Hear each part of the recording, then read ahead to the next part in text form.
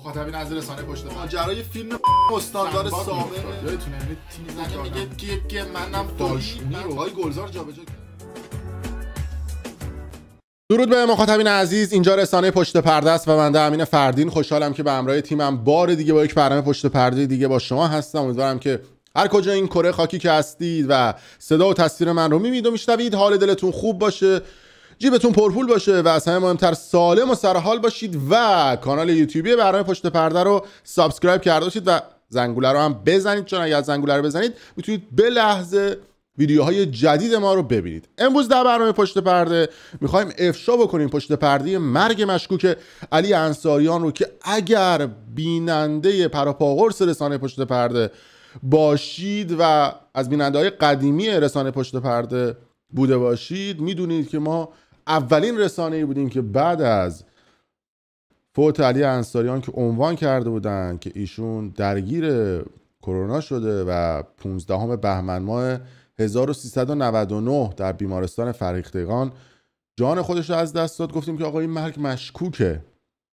و کاملا ابعاد مختلف این موضوع رو بررسی کردیم. توی کانال یوتیوبی رسانه پشت پرده هم این قضیه بود، کلی اون موقع فوش خوردیم، آقا نه اینطوری نبوده، این چی بوده، نمیدونم کی گفته مشکوکه و طرف کرونا گرفته بوده یا حرفا چیه. خلاصه هر کسی به هر طریقی که تونست این قضیه رو ماسمالی کرد و حتی برید یه سرچ هم بکنید میاد تو همین کانال یوتیوبی برنامه پشت پرده ما بیش از 7-8 تا ویدیو ساختیم. به حال علی انصاریان از دوستان خوب من بود و من با خودم عهد کردم که نمیذارم که این مرگ مشکوک ایشون باعث بشه که خونش پایمال بشه و راجع به این قضیه تا دلتون بخواد افشاگری کنیم. اما حالا جدیداً چند روزی هستش که مادر علی انصاریان یا همون ننه علی اومده یک مصاحبه رو انجام داده که فقط تیزر این مصاحبه پخش شده و نسخه کاملش گویا مثل اینکه جلوی پخشش رو گرفتن. حالا من دلیلش رو نمیدونم چرا نسخه کاملش پخش نمیشه، اما توی همین تیزر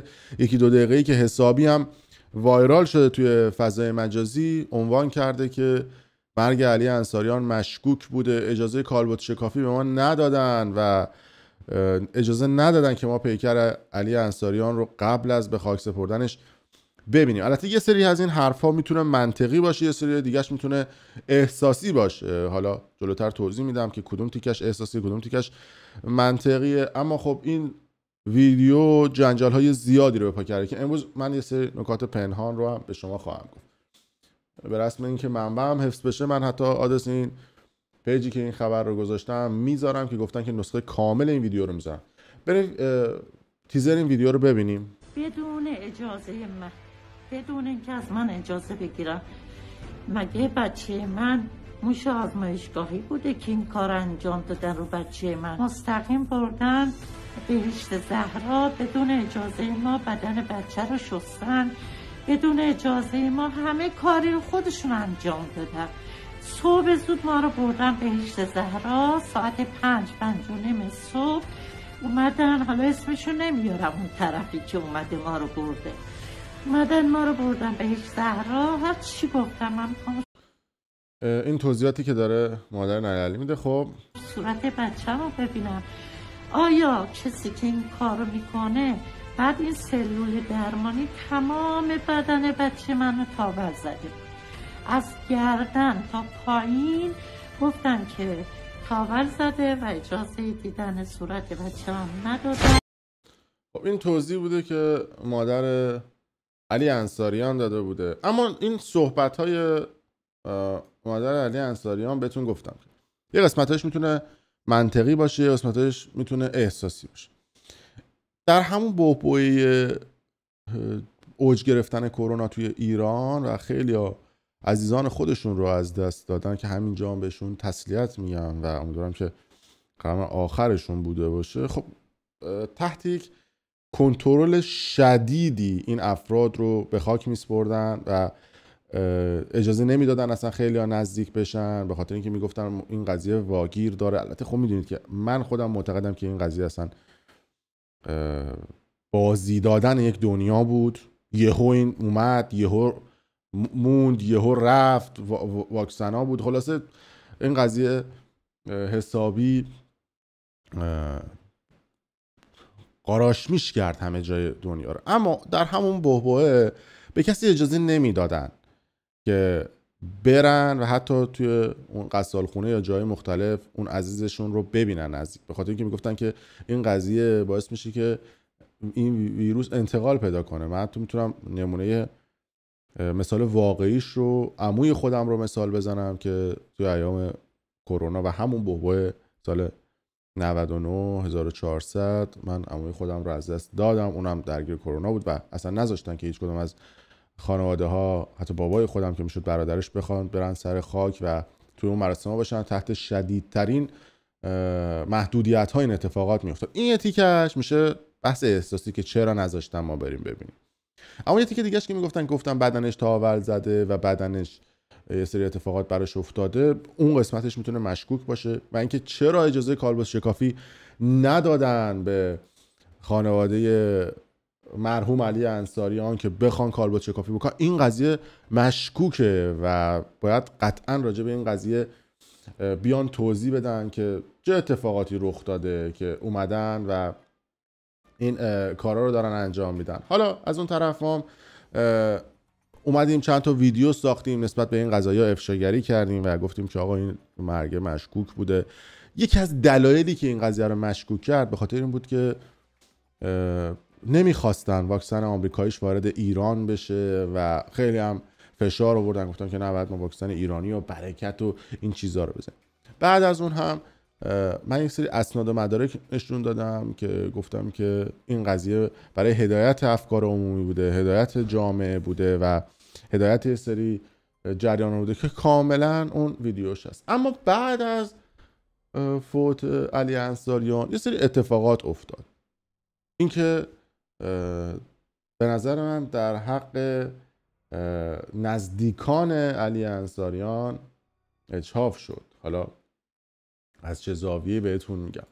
این استوری چند روز پیش برادر مرحوم علی انصاریان، محمد انصاریان، ببینید چه استوری تلخی گذاشته و گفته که سلام و درود به دوستان عزیز، من برادر بزرگتر مرحوم علی انصاریان از شما خواهران و برادران گرامی، دوستان و همکاران علی جانم تقاضای کمک و یاری دارم. من بعد از فوت پدر و برادرم حمایت کننده ای نداشتم و ثروت و مال برادرم به دست کسانی است که به غیر از خودشان کس دیگر را نمی‌بینند. دوستان عزیز، با توجه به تأهل بودن و فرزند کوچکم در مورد مسکن و اجاره خونه به بنبست برخوردن، لطفاً به من کمک کنید که هر آن کس که در کار خیر باشد. خب این استوری هم دو زاویه داره. زاویه اولش این هستش که به صورت غیر مستقیم میگه که ثروت و ارث علی انصاریان رسیده به دامادمون و خواهرم و مادرم، چون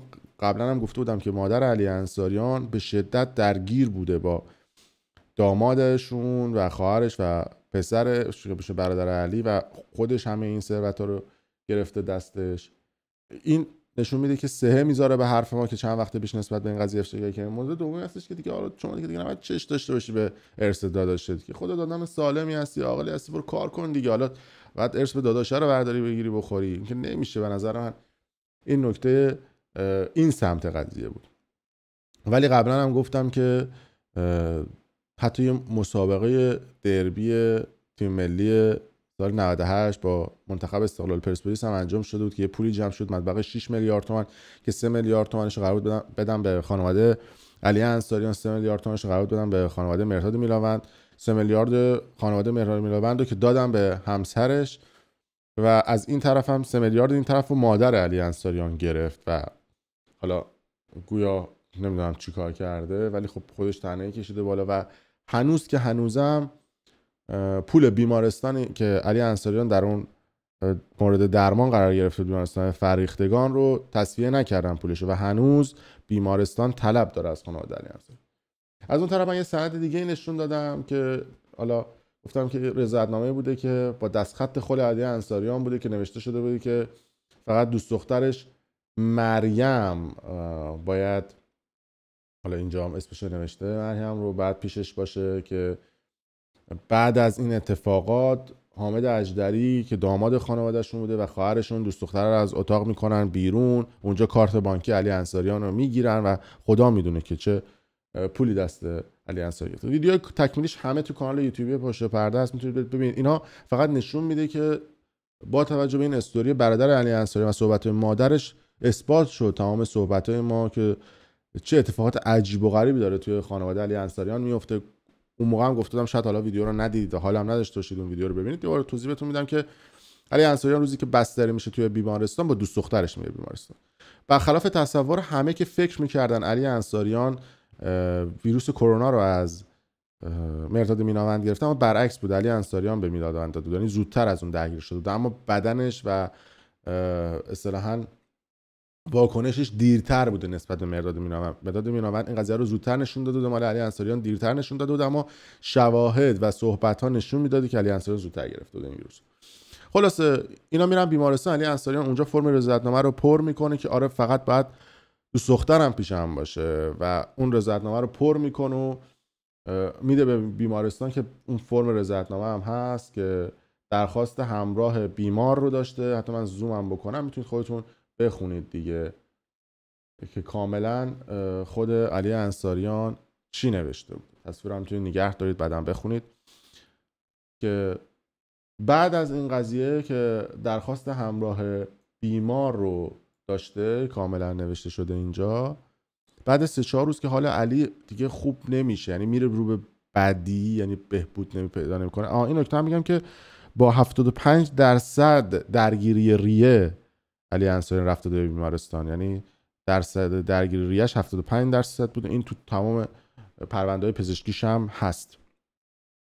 اونجا امضا میکنه که دوست دخترش باشه، اما این مقداری که حالش بد میشه و تو هوشیاری نبوده، تو خواب مصنوعی بوده، اونجا حامد اژدری دامادشون و خواهر علی انصاریان اینو از اتاق میکنن بیرون، میگن که آقا اینجوری نیست، ما فامیل درجه کشیم، کارت بانکی و همه چیز علی رو هم از دستش میگیرن. حالا چه بلایی سر پولای علی اومده یا چه اتفاقاتی افتاده خدا میدونه، که بعدش اومدن ادعا کردن که خرج بیمارستان رو ما دادیم، اما تمام فاکتورها و تمام پولها یا حتی زمان بستری شدن علی انصاریان تمام مدارکش دست دوست دختر علی هست. حتی یه سند دیگه ما رو کردیم که 17 روز قبل از فوتش علی انصاریان مراجعه میکنه به مریم ابراهیم اژدری، دکتر مریم ابراهیم اژدری که ایشون اصلا دکتر پوست هستن و نشون میداده که 17 روز قبل از فوتش علی انصاریان، یعنی 28/10/1399 دیما 28 دیما چون درگیر شده بوده و از بیمارستان و آمپول این چیزا میترسیده، میاد میره پیش متخصص پوست. اینا اینجا انجام دکتر مریم ابراهیم اژدری، خواهر دامادشون، و اونا یه سری دارو براش تجویز میکنن، در صورتی که شما متخصص پوستی اصلا اجازه نداری همچین داروی تجویز بکنی، اصلا اجازه نداری همچین بیماری رو ویزیت بکنی و تخلف رو اونجا انجام داده بوده. و متاسفانه درمان ناقص و دیر اقدام کردن علی انصاریان یکی از دلایلی بوده که متاسفانه جانش رو از دست داده بودن. اما اینکه این قضیه و این مرگ مشکوک بوده بر کسی پنهان نیست، اینکه چرا نذاشتن علی انصاریان کالباس شکافی بکنه و اینکه هنوز پرونده علی انصاریان رو هیچ وقت رسانه‌ای نکردن و ای کاش بیان این پرونده رو رسانه‌ای بکنن که آقا چه دارویی به علی انصاریان تزریق کردن، اصلا چه روند درمانی رو براش انجام دادن، بر همه شفاف خواهد شد که این قضیه تهش چی بوده. امیدوارم ویدیوی کامل این مسابقه تیزری که از مادر علی انصاریان اومده بیرون، نسخه کاملترش بیاد بیرون که هم برای من هم برای شما و برای حالا فامیل خود علی انصاریان هم شفاف بشه این قضیه که پشت پرده این اتفاق چی بوده. در صورت مرسی که تا این لحظه با ما بودید. حتما ویدیو برای دوستان خودتون به اشتراک بذارید و ممنون از شما.